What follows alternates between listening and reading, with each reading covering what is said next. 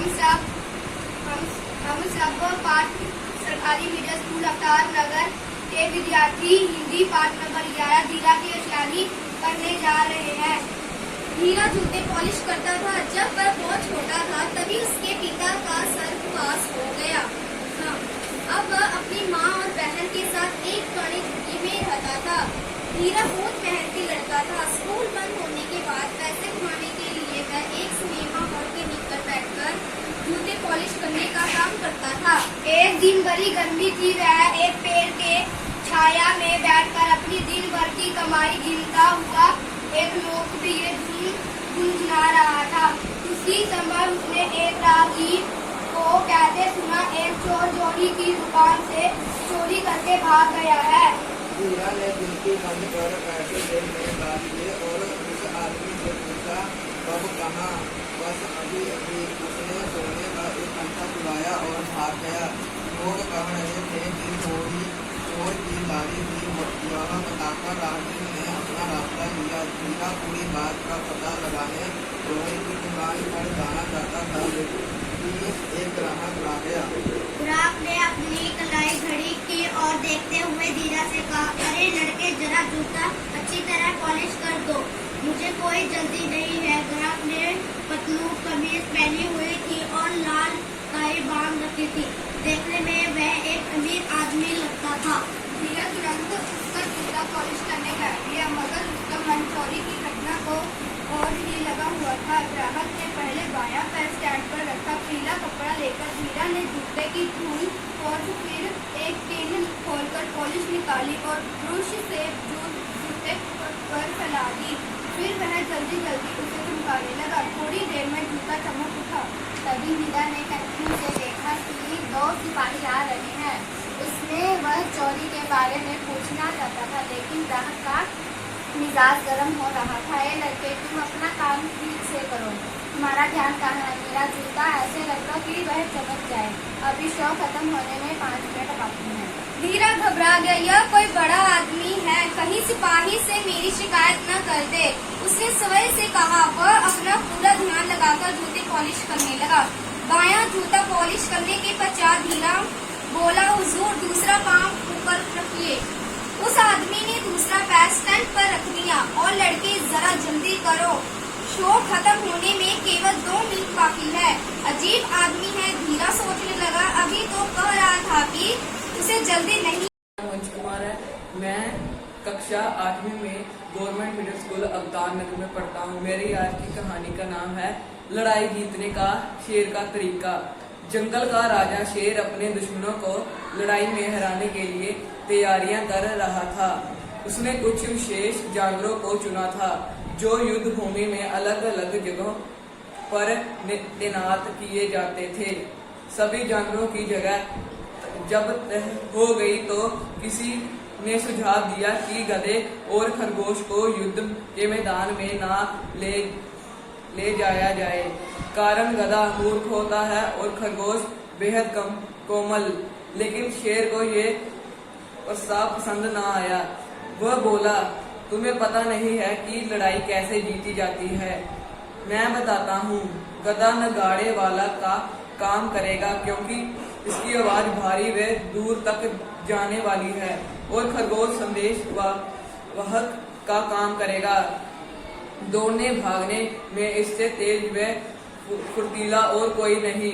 याद रखो, बेकार कोई नहीं होता। अंकित है, मैं 6वीं क्लास कक्षा में पढ़ता हूँ। मेरे स्कूल का नाम है सरकारी मिडिल स्कूल। मैं आपके सामने एक कहानी सुनाने जा रहा हूँ, लालची कुत्ता।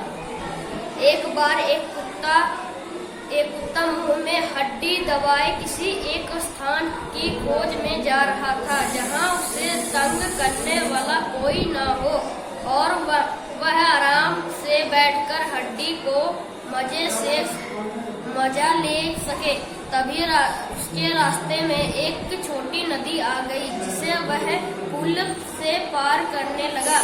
तब नीचे नदी के पानी में उसे अपनी परछाई दिखाई दी, लेकिन उस कुत्ते ने सोचा कि पानी में कोई दूसरा कुत्ता है और उसके मुंह में भी हड्डी दबी हुई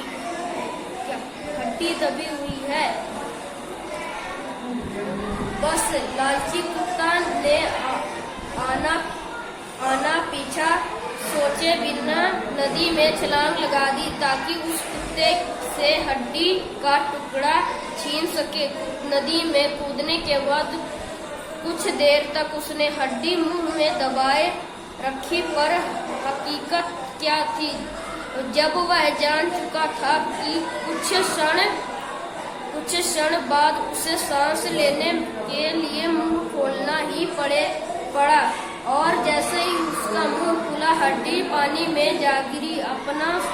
अपना सा मुंह लेकर वह कुत्ता किसी तरह नदी से बाहर निकला और अपने किए पर पछताने लगा। मेरा नाम नितिका है। मैं 8वीं कक्षा की विद्यार्थी हूँ। मेरे स्कूल का नाम गवर्नमेंट मिडिल स्कूल अवतार नगर है। मेरी आज की कहानी का नाम है चांद के सफेद फूल। पहाड़ों की ऊंची चोटी पर एक राजकुमार रहता था। उसकी बेहद इच्छा थी कि किसी तरह चांद पर पहुंच जाए। आखिरकार एक दिन वह चांद पर पहुंच ही गया। वहां जाकर उसे पता चला कि चांद की जो चमक हम देखते हैं वह चांद के राजा की खूबसूरती लड़की के शरीर में फूटने वाला प्रकाश है।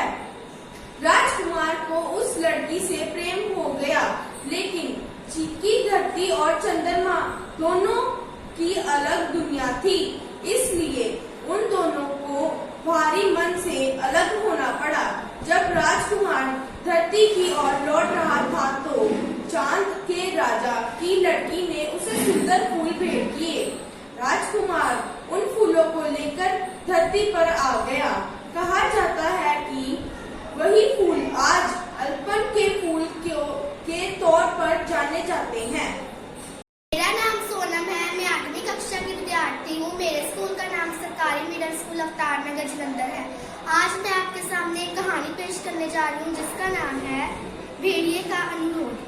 एक भेड़िया बीमार होने के कारण शिकार करने में लाचार था और कई दिनों से भूखा यूं ही पड़ा था।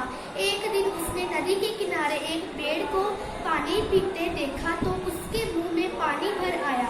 वाह, कितना बढ़िया भोजन है मेरे लिए, भेड़िए ने सोचा। वह अपनी जगह पर बैठे बैठे बोला, भेड़ कहना, क्या तुम नदी से मेरे लिए थोड़ा सा पानी लाओ सकते हो?